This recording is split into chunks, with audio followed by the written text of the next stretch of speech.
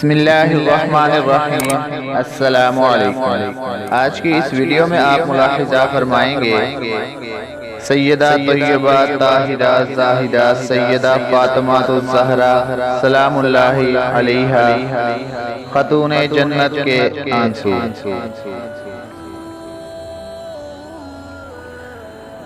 حضرت ابو صلبہ خشنی رضی اللہ تعالی عنہ فرماتے ہیں حضور اکرم صلی اللہ علیہ وسلم ایک مرتبہ سفر غزوہ سے واپس تشریف لائے۔ آپ نے مسجد میں جا کر 2 رکعت نماز پڑھی، پھر حضرت سیدہ فاطمہ الزہرا سلام اللہ علیہا کے گھر جائیں اور پھر اس کے بعد اپنی ازواج مطہرات کے گھر جاتے۔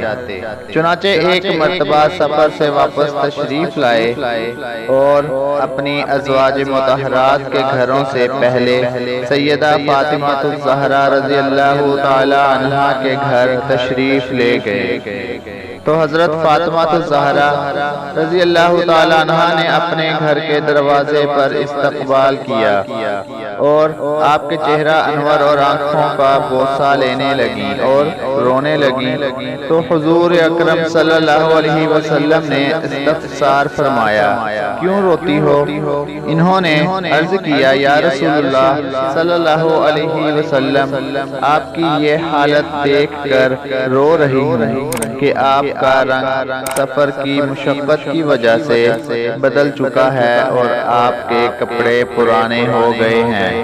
یہ سن کر آپ صلی اللہ علیہ وآلہ وسلم نے فرمایا، فاطمہ رضی اللہ تعالی عنہا مت رو، اللہ نے تمہارے باپ کو ایسا دین دے کر بھیجا ہے جس کو اللہ روئے زمین کے ہر پکے گھر میں اور ہر کچے گھر میں اور ہر ادنا خیمہ میں ضرور داخل کریں گے۔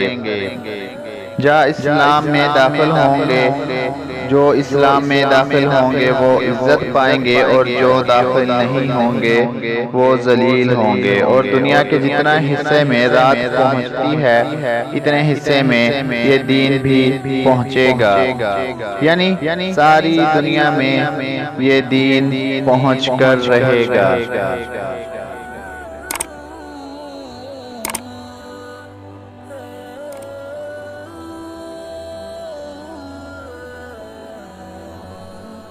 قصہ نمبر 2، سیدہ فاطمہ الزہرا سلام اللہ علیہا کی دلیری۔ حضرت عبداللہ بن مسعود رضی اللہ تعالی عنہ فرماتے ہیں کہ ایک مرتبہ حضور اکرم صلی اللہ علیہ وآلہ وسلم مسجد حرام میں تشریف فرما تھے اور ابو جہل بن حشام، شیبہ بن ربیعہ، عتبہ بن ربی، عقبہ بن ابی محیط، امیہ خلف اور 2 آدمی کل 7 کافر حتیم میں بیٹھے ہوئے تھے اور حضور صلی اللہ علیہ وسلم نماز پڑھ رہے تھے اور نماز میں لمبے لمبے سجدے کر رہے تھے۔ ابو جہل نے کہا کہ تم میں سے کون ایسا ہے فلاں جگہ سے جہاں فلاں قبیلہ نے جانور کو ذبح کر رکھا ہے اور اس کی اوجڑی ہمارے پاس لے کر آئے، پھر ہم وہ اوجڑی محمد صلی اللہ علیہ وسلم کے اوپر ڈال دیں گے۔ ان میں سب سے زیادہ بدبخت عقبہ بن ابی معیط گیا اور اس نے اوجڑی لا کر حضور صلی اللہ علیہ وسلم کے کندھوں پر ڈال دی۔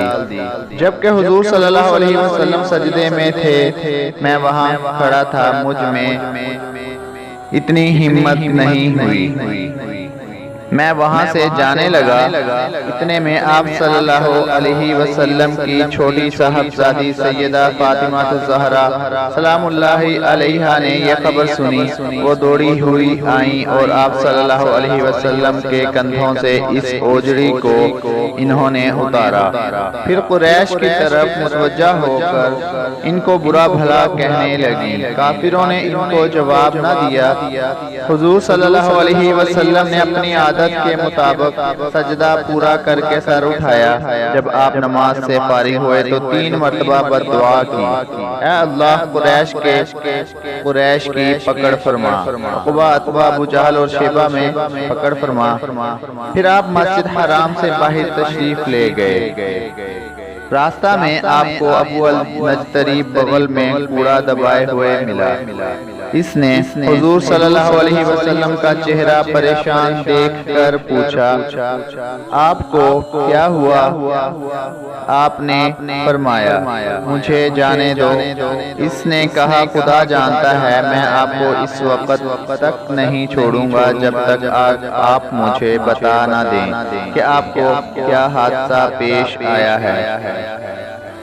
آپ کو ضرور کوئی بڑی تکلیف پہنچی ہے۔ جب آپ صلی اللہ علیہ وسلم نے دیکھا کہ یہ تو مجھے بتائے بغیر چھوڑے گا نہیں، تو آپ نے سارا واقعہ بتا دیا کہ ابو جہل کے کہنے پر اوجڑی ڈالی گئی۔ پھر ابو النجتری نے کہا، آؤ مسجد چلیں۔ حضور صلی اللہ علیہ وسلم نے اس کی طرف متوجہ ہو کر فرمایا، کیا تمہارے ہی کہنے کی وجہ سے اوجڑی ڈالی گئی؟ پھر ابو جہل ابو النجتری کی طرف ہو کر بولا، اے ابو الحکم، کیا تمہارے ہی کہنے پر محمد صلی اللہ علیہ وسلم پر اوجڑی ڈالی گئی؟ اس نے کہا، ہاں۔ ابو النجتری نے کوڑا اٹھا کر اس کے سر پر مارا۔ کافروں میں آپس میں ہاتھا پائی ہوئی۔ ابو جہل چلا گیا، تم لوگوں کا ناس ہو، یہ کہہ کر تمہاری اس ہاتھا پائی سے محمد کو فائدہ ہو رہا ہے۔ محمد صلی اللہ علیہ وسلم تو یہ چاہتے ہیں کہ ہمارے درمیان دشمنی پیدا ہو جائے اور وہ اور ان کے ساتھی بچے رہیں۔ ویڈیو پسند آئی تو لائک اور شیئر کیجئے، چینل کو سبسکرائب نہیں کیا تو سبسکرائب کیجئے۔ ملتے ہیں اگلی اسلامی معلوماتی ویڈیو میں، تب تک کے لیے اللہ حافظ۔